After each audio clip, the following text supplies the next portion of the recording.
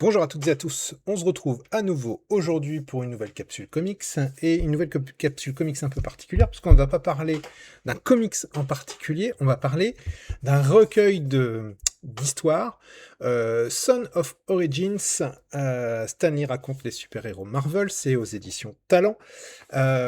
C'est le deuxième volume d'une série qui est sortie chez Talent Édition, je crois à peu près il y a un an, qui était Origin of Marvel Comics, les origines de Marvel Comics.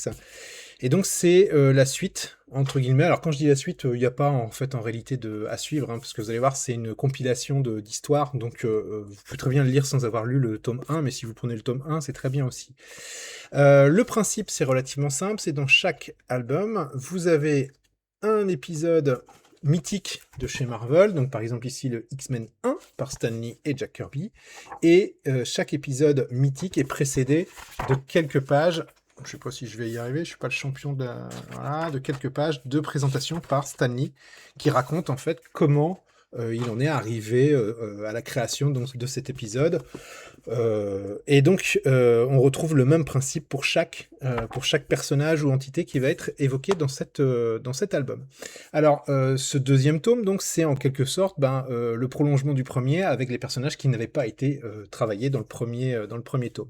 Alors, ils sont quasiment tous sur cette cover, puisque, alors j'ai pris des petites notes, on va avoir droit aux X-Men, à Iron Man, aux Avengers, à Daredevil, à Nick Fury, qui est bien présent sur la couve, au Gardien, au Silver Surfer, et puis, pas de bol, ici, la Sorcière Rouge, elle a pas d'histoire. Voilà. Donc, on a droit à une très belle couve de John Romita Sr., d'ailleurs, peinte.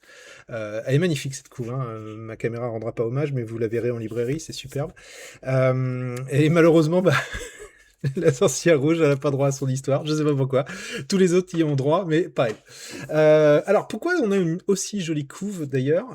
Puis ensuite, c'est imprimé sur du beau carton. C'est un bel objet. D'ailleurs, c'est un bel objet pour Noël, hein. Si vous connaissez quelqu'un, si vous tombez sur cette vidéo et que vous connaissez quelqu'un qui aime les comics, et que vous savez pas quoi lui offrir, c'est le genre d'objet qui fait toujours plaisir. Ça coûte 25 € pour 250 pages environ. Bon, ça va, c'est un chouette cadeau. Alors, maintenant le contenu. Qu'est-ce qu'on va y trouver? Rentrons dans le contenu un petit peu plus précisément et remettons d'ailleurs en contexte le truc. Comme pour le premier tome, les origines de Marvel Comics, c'est en fait une des premières incursions de Marvel dans les librairies américaines, hein, puisque cet album sort en 1975, rendez-vous compte, j'étais pas né. Et c'est donc cette époque où Marvel tentait de se propager dans les librairies et pas seulement dans les lieux habituels de distribution de comics, et donc d'essayer d'acquérir un petit peu plus de cachet, de devenir en fait un objet culturel comme les autres livres que l'on pouvait trouver à l'époque, évidemment, et donc de sortir de ce carcan un peu réservé aux mômes, papier de mauvaise qualité, et donc d'améliorer l'image de Marvel. Bon, en fait, Stan Lee, il améliore surtout son image à lui, hein, parce que évidemment, il est le seul à raconter comment se sont passées les créations de ces différents personnages, et évidemment, il se donne le beau rôle de deux manières. La première, c'est qu'il a un ton extrêmement gouailleur, où il aime bien enjoliver énormément les choses. Bon, si vous connaissez un peu Stan Lee dans ses aventures, vous retrouvez ce ton-là. Je vais vous donner un exemple tout bête, hein. Alors attendez, je vais prendre lequel m'a particulièrement marqué. Il y a des fois, c'est même drôle tellement c'est empoulé, mais c'est fait volontairement, hein. Donc, j'aurais dû mettre une note, vous voyez, plutôt que de le chercher en direct live. Euh, voilà, alors par exemple, voilà. J'adore donner des conférences sur différents campus universitaires. J'essaie de me réserver au moins 2 jours par mois pour dispenser ma dose de folie Marvel aux gardiens de la foi partout dans les couloirs sacrés de l'université. Lorsque je regarde une mer de jeunes visages, fraîchement débarbouillés et embrasés par la flamme d'un enthousiasme débordant, lorsque je vois les hordes héroïques de l'univers Marvel rassemblées, les yeux brillants et le poil dru, alors je sais que les bastions de la culture occidentale sont toujours debout et solides. Voilà. C'est pour vous donner un petit échantillon du style littéraire de Stan Lee, qui est assez plaisant à lire, hein, en fait, quand on lit ça avec un certain recul, c'est assez marrant. Le deuxième élément, c'est qu'il se donne le beau rôle parce qu'il évoque assez peu souvent quand même les interventions des autres dans la création. Et donc, le premier ouvrage et celui-ci vont contribuer aussi à façonner cette légende du Stan Lee a tout créé. Voilà, ce qui est évidemment faux. Depuis, on sait très bien que ça n'a pas été le cas. Alors, il y a des fois, cependant, il admet quand même, par exemple, on va parler du Silver Surfer. Alors, concernant le personnage du Silver Surfer, il va raconter que c'est Jack Kirby qui avait placé un personnage sur un surf à côté de Galactus. Et quand Stanley demande à Jack, mais c'est quoi ce mec là sur son surf, Jack Kirby va lui répondre que le Galactus a besoin d'un héros, d'une espèce de représentant, d'éclaireur pour comment dire, découvrir la galaxie. Et Stanley va acheter l'idée. Donc là, déjà, de manière indirecte, il admet quand même que les dessinateurs ont aussi une incidence sur le scénario. Mais c'est vrai qu'il a tendance à se donner le beau rôle, mais bon, de toute façon... voilà, c'est bien connu, c'est documenté maintenant. Je vais pas relancer la vieille guéguerre entre les fans de Stanley et Jack Kirby. Ce livre, c'est d'ailleurs un peu le problème. Je vais arriver sur le contenu, hein, mais c'est un peu le problème de cet ouvrage, et c'était un peu déjà le problème dans le premier. C'est comme les éditions Talent, de manière assez fine d'ailleurs, le précise dans les crédits, c'est un fac-similé. D'accord? Donc le but, but ouvert, c'est de refaire à l'identique l'objet tel qu'il était à l'époque.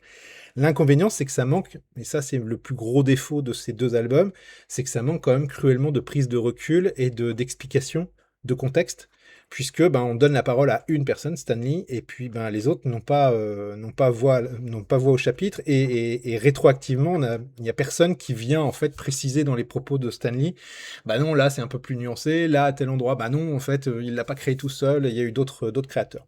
Bon, donc pensez bien que c'est bien un fac-similé et donc pas un livre d'histoire avec une analyse fine et précise. Allez, maintenant le contenu. J'en ai parlé. On a les X-Men. Voilà, donc X-Men 1, hein, Stan Lee, Jack Kirby, c'est assez classique. On va avoir ensuite, il manquait quand même vachement dans le tome 1. On va avoir droit à Iron Man, évidemment dans sa vieille armure toute grise, hein, c'est le premier épisode de Tale of Suspense, numéro 39. D'ailleurs, à ce sujet, je fais juste une petite parenthèse, alors c'est un tout petit détail, on remarquera que, par exemple, Marvel Comics a repris exactement la colorisation de l'époque, donc une colorisation où les Japonais sont représentés de manière jaune, hein, jaune citron, d'accord. Ça, ils l'ont laissé, d'accord, ils sont capables de laisser ça. Par contre, dans le tome 1, quand on évoquait Hulk, et notamment le premier épisode de Hulk, ils ont été capables de modifier la couleur de Hulk. Rappelez-vous, dans le premier épisode de Hulk, Hulk a une couleur grise. Et dans le Origins of Marvel Comics, ils ont changé la couleur grise pour la basculer en verte, pour que ça corresponde plus en fait au canon du personnage. Là, ils ont su changer la couleur. Mais quand il faut essayer de dégager ou de limiter un certain racisme, ils le font pas. Donc, alors vous allez me dire, oui, mais facsimilé, d'accord, mais le facsimilé dans Hulk, c'était aussi un principe de facsimilé, et pourtant là, ils l'ont modifié. Fin de la parenthèse, c'est pas immensément grave, c'est un détail, mais il n'empêche que un petit texte d'explication sur pourquoi les Japonais sont représentés ainsi aurait pas été superflu. Alors, de temps en temps, dans cette collection, il rajoute un deuxième épisode pour montrer un peu l'évolution qu'il y a entre les premières aventures et les aventures suivantes. Donc là, Iron Man, on a droit au numéro 97 par Lee et Gene Colan dont on va reparler. Et c'est un épisode avec Whiplash, donc l'homme au fouet. J'ai oublié, je me souviens même plus s'il est traduit en français par un autre nom, je me souviens plus. Alors évidemment, le fait qu'il y ait Gene Colan au dessin, ça rajoute encore plus au dynamisme, parce que c'est vrai que Gene Colan apportait énormément au style graphique. C'est intéressant d'avoir ce décalage, premier épisode et puis un épisode un petit peu plus tard. Mais malheureusement, c'est pas sur tous les personnages. Ensuite, après Iron Man, on a droit aux Avengers. Alors vous allez me dire, attendez, les X-Men, Iron Man, Avengers, ils n'étaient pas dans le premier tome? Non, ils étaient dans le tome 2, dans le deuxième. C'est dire si à l'époque, en 75, ils n'étaient pas forcément considérés comme des stars ou comme les joyaux de la couronne de Marvel. Avengers 1, Stan Lee, Jack Kirby, comme d'hab, hein, évidemment. Alors c'est intéressant, vous remarquerez ou pas, mais moi je vous le dis, c'est une traduction qui est inédite. C'est une nouvelle traduction de ces épisodes. C'est-à-dire que, alors le traducteur, j'ai pas noté son nom, mais il est indiqué au tout début. C'est un traducteur que je connaissais pas, c'est Michael Mauboussin. Et donc, Michael Mauboussin nous propose une nouvelle traduction. Alors c'est là aussi pour nous, vieux lecteurs, quelque chose d'intéressant, parce que c'est une redécouverte d'une traduction qu'on connaît souvent, puisque ces épisodes ont été traduits dans Strange à l'époque, ou dans Special Strange Origins, puis ensuite par Panini dans les différentes intégrales consacrées. Bon, je fais une liste, mais elle n'est pas exhaustive, hein. Et donc là, c'est encore une nouvelle trad, donc c'est intéressant. D'ailleurs, même l'ancrage est pas tout à fait, le lettrage n'est pas tout à fait le même que dans les versions que l'on connaît. Ensuite, Daredevil, évidemment, Bill Everett Stanley, classique, Daredevil avec son costume jaune, donc bien entendu il fallait mettre un autre épisode pour le montrer avec un costume rouge, c'est l'épisode 47 de Stanley et Gene Colan à nouveau, donc c'est plutôt chouette, c'est un épisode dans lequel il vient en aide à un jeune black aveugle, c'est un épisode assez mineur mais qui est très très sympathique et puis qui est assez dynamique, donc c'est très agréable à lire. On arrive ensuite à Nick Fury, agent du Shield. Donc c'est le Strange Tales 135 par Kirby et Stanley. Bon, c'est intéressant. Alors bon, là on est dans le Kirby de la grande époque, hein, avec des superbes splash pages qui pètent de partout. C'est vraiment très très chouette. Et puis là on quitte le côté Fury, agent du Shield, pour aller carrément dans l'espace, côté cosmique, avec The World of the Watcher, donc le monde du gardien. Donc là c'est les origines du gardien, de Uatu le gardien. Alors je me souvenais pas d'avoir lu ça quelque part, c'est forcément paru, hein. C'est paru quelque part en France, ça y a pas de problème vu l'importance du personnage, mais je trouve ça sympa, ça faisait très longtemps que je les avais pas lus. Donc c'est une série qui s'appelle Tales of the Watcher, et puis comme on est dans le cosmique, on termine par un personnage incontournable dès qu'on parle de cosmique, c'est le Silver Surfer numéro 1 par Stanley et... Non, pas Gene Colan, John Buscema. Oui, je dis Buscema et pas Buscema ou ce que vous voulez. C'est un super épisode, quoi, parce que voilà, c'est... si vous aimez Marvel, vous aimez forcément cet épisode-là, parce qu'il est vachement bien. Et vous avez Galactus, et vous apprenez comment Norinrad est devenu le Silver Surfer. Donc, voilà, c'est un épisode incontournable. Évidemment, il n'y a quasiment que du bon. Si on met de côté l'épisode 97 d'Iron Man et l'épisode 47 de Daredevil, qui sont pas des incontournables, mais qui permettent de se rendre compte, grâce à Gene Colan, de l'évolution du trait, du style, etc. Bon, que dire, comment résumer ? Comme je l'ai dit, si vous avez quelqu'un qui adore les comics et que vous savez pas quoi lui offrir à Noël, qui adore les vieux comics notamment, vous avez là un cadeau tout désigné.